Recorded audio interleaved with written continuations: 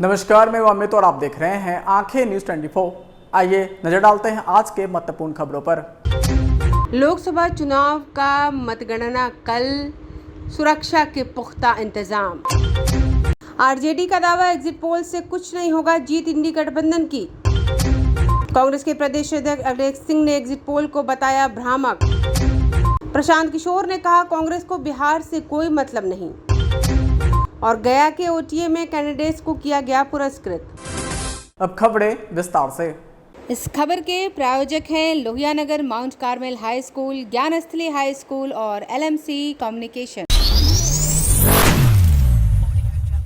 सुपौल लोकसभा 2024 की शांतिपूर्ण मतगणना के लिए जिला प्रशासन सजग है। इसको लेकर व्यापक तैयारी की गई है। 4 जून को मतगणना कार्य किया जाएगा। जिला मुख्यालय स्थित बीएसएस कॉलेज ग्राउंड में मतगणना की व्यवस्था की गई है। सुपौल लोकसभा क्षेत्र आने वाले 6 विधानसभा क्षेत्र की मतगणना की जाएगी। हर विधानसभा के लिए अलग अलग काउंटिंग सेंटर बनाए गए हैं। साथ ही पोस्टल बैलेट की गिनती के लिए अलग काउंटिंग सेंटर बनाए गए हैं। इसको लेकर विधानसभा वाइज हर विधानसभा सेगमेंट के लिए 14 टेबल लगाए गए हैं। करीब 350 मतगणना कर्मी इसके लिए लगाए गए हैं। भीषण गर्मी को देखते हुए मतगणना कर्मी और एजेंट के लिए वातानुकूलित हॉल का निर्माण किया गया है। लोकसभा क्षेत्र में करीब 6500 पोस्टल बैलेट से मतदान हुआ, लिहाजा इसकी गिनती के लिए अलग से काउंटर बनाए गए हैं। बता दें, सुपौल लोकसभा क्षेत्र में कुल 15 उम्मीदवार मैदान में हैं। इनके भाग्य का फैसला मतगणना के बाद होगा। शांतिपूर्ण मतगणना कार्य संपन्न हो, इसके लिए मतगणना स्थल पर बीएसएफ कॉलेज ग्राउंड में चप्पे पर पुलिस अधिकारी और पुलिस बल की तैनाती की गई है। काउंटिंग के लिए हमारे काउंटिंग सेंटर बीएसएस कॉलेज में है, जहां पे सुपौल लोकसभा के 6 असेंबली सेगमेंट्स का ईवीएम की काउंटिंग किया जाएगा। साथ ही साथ 7वां काउंटिंग सेंटर पोस्टल बैलेट के लिए है। हमारे यहाँ करीब 6500 पोस्टल बैलेट रहेंगे, तो उसके लिए व्यवस्था की गई है। हर एक असेंबली सेगमेंट के लिए 14 टेबल लगाए गए हैं और पोस्टल बैलेट की काउंटिंग के लिए 13 टेबल लगाए गए हैं। एजेंट्स की नियुक्ति कर दी गई है, जिन्होंने अप्लाई किया था, जिस कैंडिडेट्स ने अप्लाई किया था। और चूँकि काफ़ी ज़्यादा उमस है, इसलिए हम लोग हर एक काउंटिंग हॉल में एयर कंडीशनर और एग्जॉस्ट की व्यवस्था कर रहे हैं, ताकि काउंटिंग एजेंट्स और काउंटिंग ये पर्सनल को कोई दिक्कत नहीं हो। और हम लोग ने मीडिया आप लोग को भी पास इशू किया है, आप लोग के लिए क्या कंडक्ट है भी इसके बारे में आपको बताया है। तो कुल मिला के अच्छी व्यवस्था है और समझते हैं कि आप लोग के सहयोग से, सभी कैंडिडेट्स के सहयोग से काउंटिंग भी प्रोसेस जिस तरह से हमारा पोल मतदान शांतिपूर्ण रहा, काउंटिंग भी हम लोग का बहुत शांतिपूर्ण होगा। राजद ने दावा किया है कि बिहार में मिनिमम 25+ सीट जीतने जा रहे हैं। एग्जिट पोल में जिसने करोड़ों कमाया उसे कमाने दीजिए। 4 जून को सब साफ हो जाएगा। हर चरण की मतगणना के बाद जब तक सारे कैंडिडेट संतुष्ट ना हो जाए, हमारी सहमति ना हो जाए, तब तक दूसरे चरण में नहीं जाना है। राजद के प्रवक्ता मनोज झा ने कहा कि तमाम लोगों से अपील करता हूँ, डीएम साहब से अपील करता हूँ, गिनती में घपला नहीं कीजिएगा, क्योंकि फिर जनता तैयार बैठी है। जनता तय करेगी आगे क्या करना है। नीतीश जी से बहुत सम्मान है। जिस दिन से चाइनीज का कपल छाप बिहार में पकड़ा गया है, उन्हें उस दिन से हम लोगों को, बिहार की जनता को काफ़ी दुख है। नीतीश कुमार अभी अधिकारियों के विवेक से निर्णय कर रहे हैं। उन्हें उम्मीद है जब वो खुद फैसला लेंगे तो फैसला अलग होगा। हम कल दिल्ली और आम चुनाव आयोग के पास गए थे। 2020 वाला पोस्टल बैलेट का तमाशा इस बार अगर हम लोगों ने देखा तो इस बार 2020 की तस्वीर नहीं होगी, बल्कि इस पर कड़ी प्रतिकार होगी। मतगणना शुरू होने से पहले स्ट्रांग रूम के काउंटिंग टेबल की तो या तो वीडियो रिकॉर्डिंग करने की इजाज़त दी जाए या ईवीएम की गिनती की पूरी जानकारी दी जाए। वहीं प्रवक्ता राजेश राठौर ने कहा, 2 बातें स्पष्ट है, एग्जिट पोल एग्जैक्ट पोल नहीं है। रमेश नरेश पांडे सीपीआई सचिव, इस बार लोग कम से कम 30 सीट जीतने जा रहे हैं। वहीं शक्ति यादव ने कहा, तेजस्वी यादव ने कहा, इस बार परिणाम चौंकाने वाला होगा। लिख कर रख लीजिए, चौंकाने वाला ही परिणाम होगा। जो एग्जिट पोल है, एग्जैक्ट पोल, वो इसलिए हम कह रहे हैं कि जो मीडिया के साथी धरातल पे है, उनसे इतर उनका चैनल भी एग्जैक्ट पोल दिखा रहा है, वो भी संतुष्ट उससे नहीं। दूसरा, कई बिंदुओं पे चुनाव आयोग से हम लोगों ने बात की है। एक प्रमुख बातें हैं कि पोस्टल बैलेट की गिनती कैसे होती है, नियम क्या है कि पहला 1 घंटा पोस्टल बैलेट की गिनती होती है।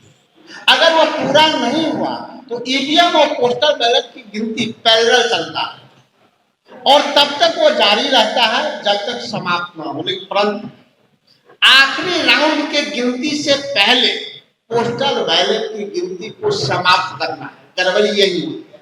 अगर ठीक ही बोला है आदरणीय मनोज झा जी कि हम लोगों ने पोस्टल बैलेट की दर्ज को झेला है, किस प्रकार से पिछली बार कई प्रत्याशियों को हराया जिसमें शक्ति यादव जी है, तो इस बार प्रतिकार न केवल प्रत्याशी करेगा, देश की जनता भी करेगा, क्योंकि वोट देश की जनता ने नरेंद्र मोदी के खिलाफ दिया।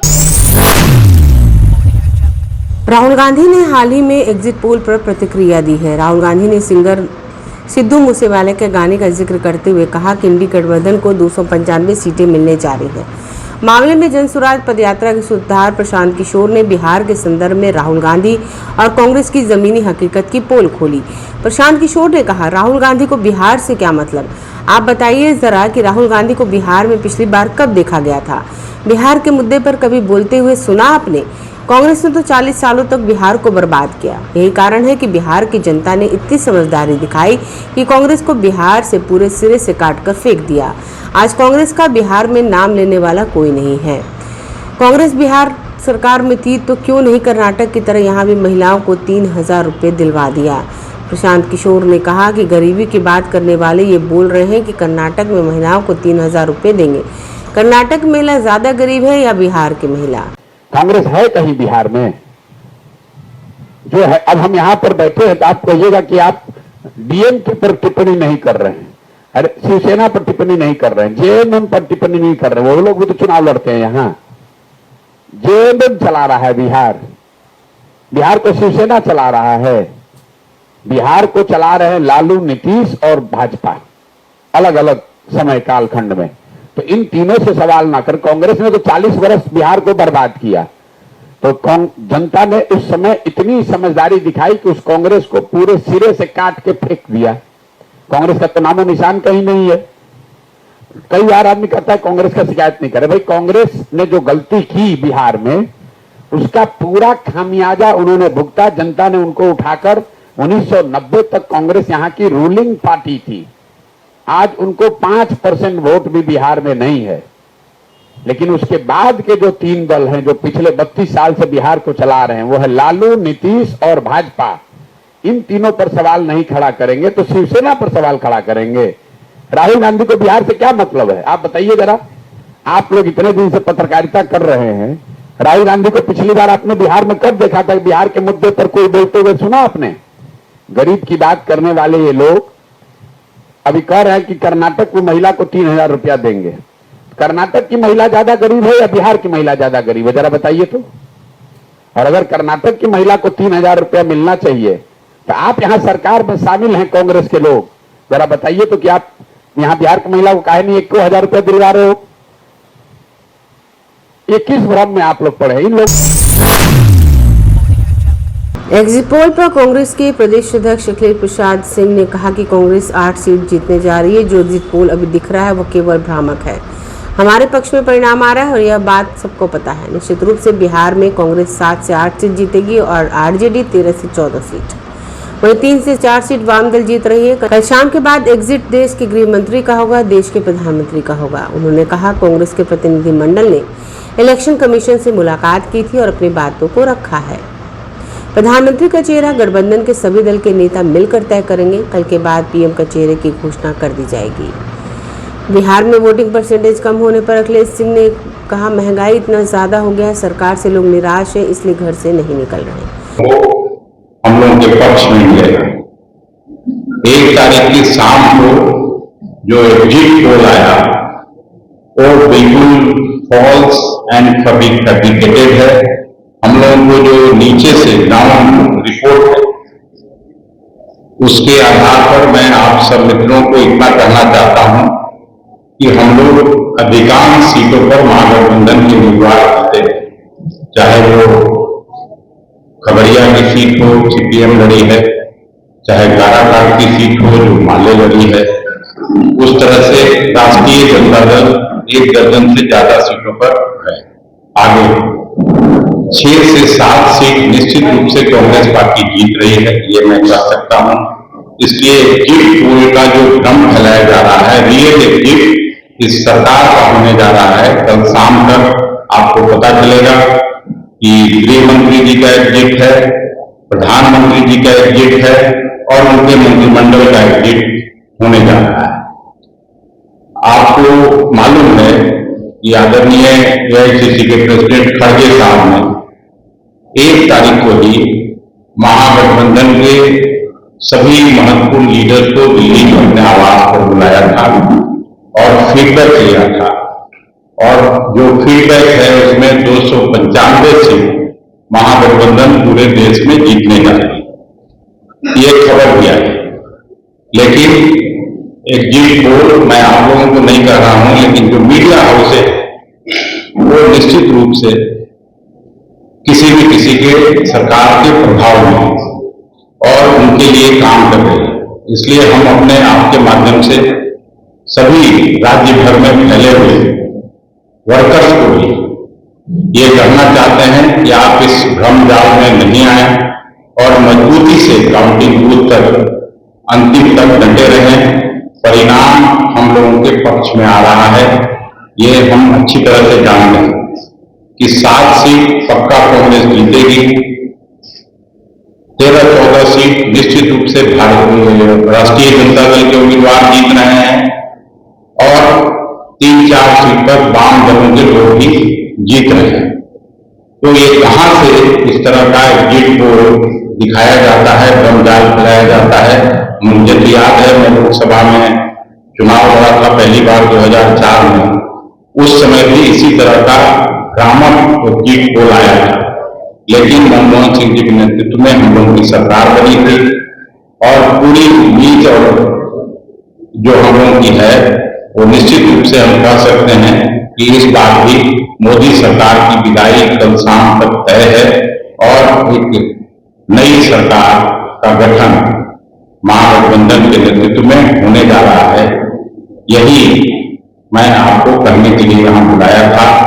आप सभी मित्रों को भी मैं हृदय से धन्यवाद देता हूं। इस बार हर जगह एक लॉयर भी नियुक्त किए हैं, एक वकील जो जानकार हैं उनको भी रखा है और इलेक्शन कमीशन से कल ही वहां कांग्रेस का प्रतिनिधिमंडल मिला था।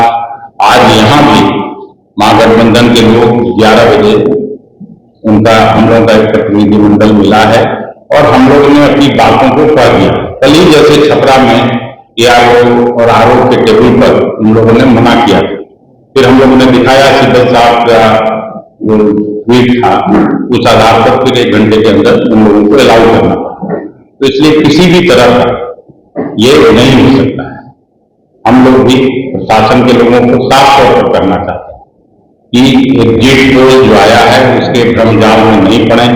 ये सरकार निश्चित रूप से जा रही है, 2-4 घंटे होते होते कल 10-11 बजे तक सब कुछ क्लियर है। तो गठबंधन ने ये भी तय कर लिया है कि प्रधानमंत्री अगर कौन होगा आप लोग गठबंधन में। आप लोग अगर सुने होइएगा तो खड़गे साहब ने साफ कहा है कि जो MP चुन के आएंगे और गठबंधन के जो सभी बड़े नेता हैं मिलजुल के प्रधानमंत्री तय कर लेंगे। चेहरे तो सामने होंगे सर, तो कुछ चेहरे होंगे तो निश्चित समय पर ही निश्चित बात की जाती है। कल हो जाने दीजिए, फिर उसके बाद उस सवाल का उत्तर आपको मिल जाएगा। ईवीएम पर भी सवाल खड़े होंगे, कई बार ऐसा होता है ईवीएम को लेकर सवाल खड़ा हुआ है, क्या जीत में ईवीएम का नाम सामने आएगा? कई बार नहीं, ये भी समय के पहले का सवाल, इसका निश्चित उत्तर निश्चित समय पर दिया जाएगा।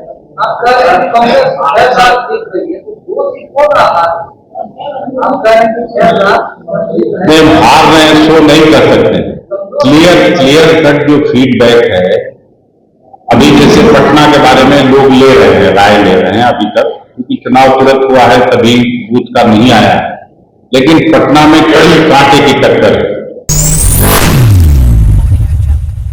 गया बोध गया मुख्य सड़क मार्ग पर पहाड़पुर गांव के पास स्थित ऑफिसर्स ट्रेनिंग एकेडमी OTA परिसर में कमांडेंट अवार्ड समारोह का आयोजन किया गया। इस समारोह में वैसे कैडेट्स को पुरस्कृत किया गया जिन्होंने अपने प्रशिक्षण के दौरान उत्कृष्ट प्रदर्शन किया है। OTA के commandant lieutenant general Pramjit Singh Minhas द्वारा कैडेट्स को विभिन्न प्रकार के मेडल से पुरस्कृत किया गया। इस मौके पर उन्होंने अपने संबोधन में यहां से पास आउट होने वाले ऑफिसर्स को शुभकामनाएं दी। मालूम हो कि इस बार यहां पासिंग आउट परेड आगामी 8 जून को है। इसके पूर्व संध्या पर मल्टी एक्टिविटी डिस्प्ले का आयोजन किया जाएगा, जिसमें बहादुर जवानों द्वारा एक से बढ़कर एक रोमांचक करतब प्रस्तुत किया जाएगा। अभी यहाँ short service commission technical main and women entry scheme को बेसिक मिलिट्री ट्रेनिंग दी जाएगी। कैडेट जिसमें के हमारी यंग लड़कियां भी शामिल हैं। मनीषा,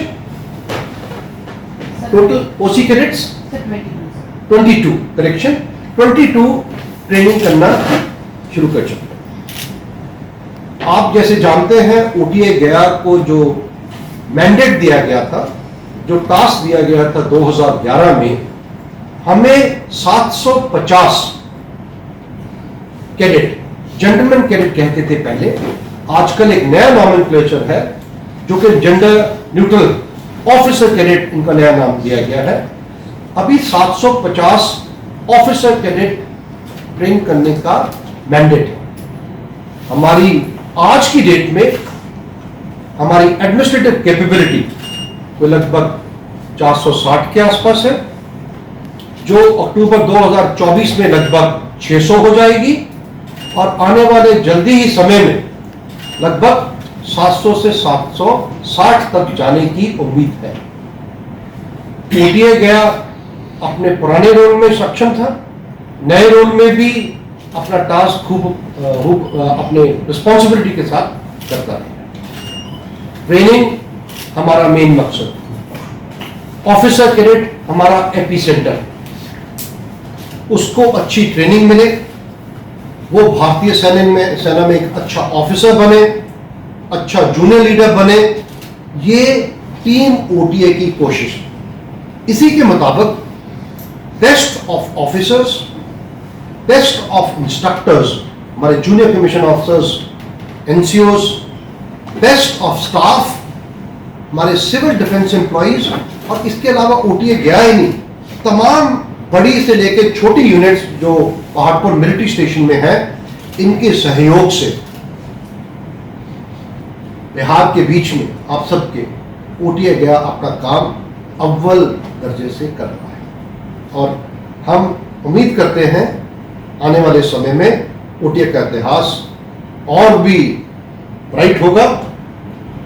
हम भारतीय सेना देश को चुने हुए, well trained, physically fit, mentally robust, intellectually sharp junior leaders देते रहे हैं और देते रहेंगे। जय हिंद, थैंक यू। जो डिटेल में आज सेरेमनी का मकसद था, आपने जो हमारी स्पीच थी और जो हमारे कमेंटेटर वहां कवर कर रहे थे, आप लोगों को उसके बारे में पूरी जानकारी पहले ही दी। Thank you. के आरोप विंग ऑफिसर हमारे CDS chief of defence staff, पहली बार ही होगा कि सीडीएस साहब एक पासिंग आउट परेड के लिए उनको नियुक्त किया गया है। और अगर सब कुछ ठीक रहा और प्लान के मुताबिक वो 7 और 8 तारीख को हमारे बीच एंड ऑफ टर्म एक्टिविटीज और पासिंग आउट परेड में शामिल होंगे और परेड का रिव्यू करें। तो ये एससीओ और टीएस जो है वो तो ट्रेनिंग लेंगे ना, जो आपने कहा कि जूनियर, ये मैंने तफसील से नहीं किया। टेक्निकल एंट्री स्कीम और स्पेशल कमीशन ऑफिसर स्कीम भारतीय सेना में चलते अलग अलग टाइप की एंट्रीज हैं, ये चलती रहेंगी। लेकिन जो टेक्निकल एंट्री स्कीम है उनका 1+3+1 यानी कि पहले 5 साल टोटल ट्रेनिंग का एक कार्यक्रम था, उसको अभी सेना ने रिवाइज करके 3+1 मॉडल में कन्वर्ट कर दिया गया है। और ये टेक्निकल मेन एंड वुमेन, तो वो स्कीम चलती रहेगी। हमारे को नया task short service commission technical main and women का टास्क आज की डेट में लगभग 190 के आसपास है।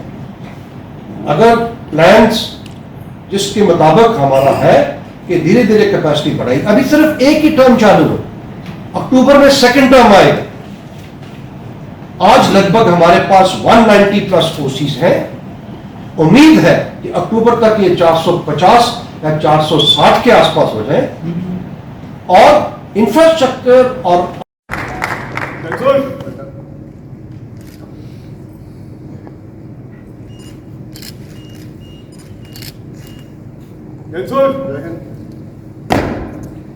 May I now request Lieutenant General Karan.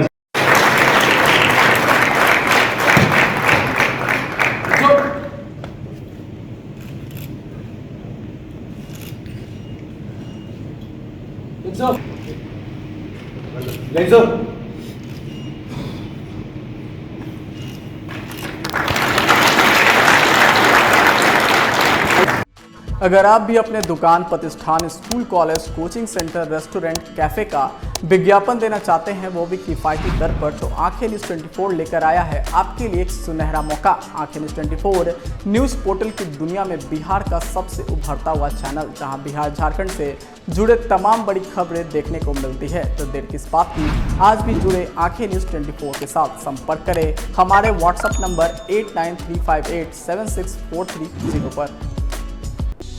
क्या आप पत्रकारिता के क्षेत्र में अपना कैरियर बनाना चाहते हैं?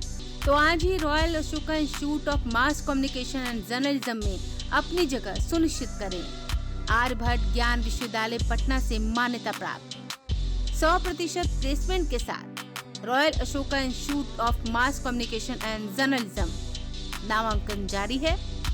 हमारा पता है DS/16 गायत्री मंदिर के समीप, कंकड़ बाग, पटना 8,20,000।